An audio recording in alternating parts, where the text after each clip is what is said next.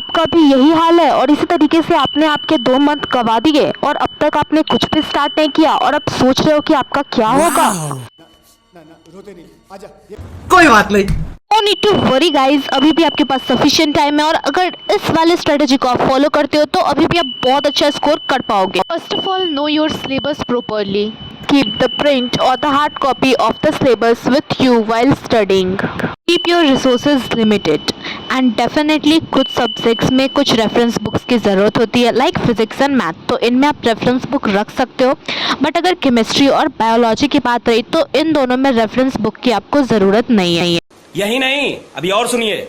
Rely completely on NCERT textbook. By making your own detailed notes, it will help you in revising things.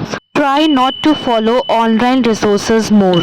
Focus more on following offline materials. Focus more on your weak subjects. अगर आप normal आपका जो भी subject सही है उसको अगर आप 1 से 2 घंटे दे रहे हो और आपको अगर जो आपका वीक सब्जेक्ट है उस पर आप टाइम नहीं दोगे तो वो आपका दिन पे दिन और ज़्यादा वीक हो जाएगा। सो एटलीस्ट उस सब्जेक्ट को और ज़्यादा टाइम दो, टाइम निकालो और उस सब्जेक्ट पे भी ज़्यादा फोकस करो, because still you have a lot of time. तो अभी से आप अगर चाहो तो मैनेज कर सकते हो। कोशिश करो कि वीक सब्जेक्ट पे ज़्यादा फोकस करो, क्योंकि जो सब्जेक्ट आपको ऑलरेडी ईजी लगता है, आपको आता है, तो वो तो आपसे आसानी से हो जाएगा।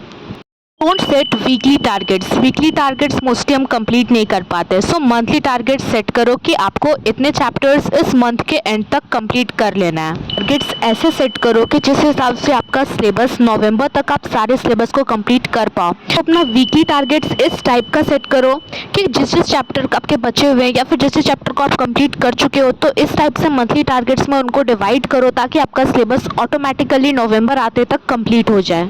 After watching lecture of any chapter, it's very important for you to read NCERT properly line by line and mark out important points and topics. You are done by watching lectures, one shots and reading NCERT.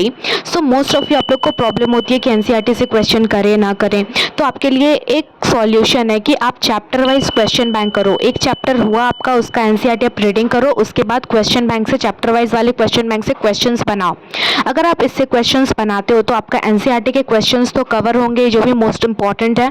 Even आपका जो PYQ है वो आपका like normally 70% PYQs आपका इसी में हो जाएगा, और जब आप लास्ट टाइम पे नवंबर के बाद PYQ बनाने जाओगे तो ऑटोमेटिकली आपके बहुत सारे PYQs मैच कर। सपोज आपने नवंबर तक अपना सिलेबस कंप्लीट कर लिया, सो अब होता है हमें प्रैक्टिस करना last 10 year PYQs। Practicing last 10 year PYQ is very important because questions बहुत बार रिपीटेटिव पैटर्न में आते हैं और कुछ सब्जेक्ट्स में तो एकदम रिपीट होता है। लाइक बायो में तो बहुत सारे रिपीटेड क्वेश्चंस आते ही आते हैं, और फिजिक्स की बात रही तो बस थ्योरी पोर्शन तो वैसा रिपीटेड आता ही, और न्यूमेरिकल्स में भी बस न्यूमेरिकल वैल्यू चेंज करके आती है, और नहीं तो उसका लैंग्वेज थोड़ा ट्विस्टेड रहता है। बट आपको ये करना बहुत इंपॉर्टेंट है। आगे के चैप्टर्स करते करते और मान लो आप पीछे के चैप्टर्स भूल गए तो सो set your weekly revision target. Weekly revise करना बहुत ज़्यादा इंपॉर्टेंट है ताकि आप पीछे का कुछ भी भूलो ना।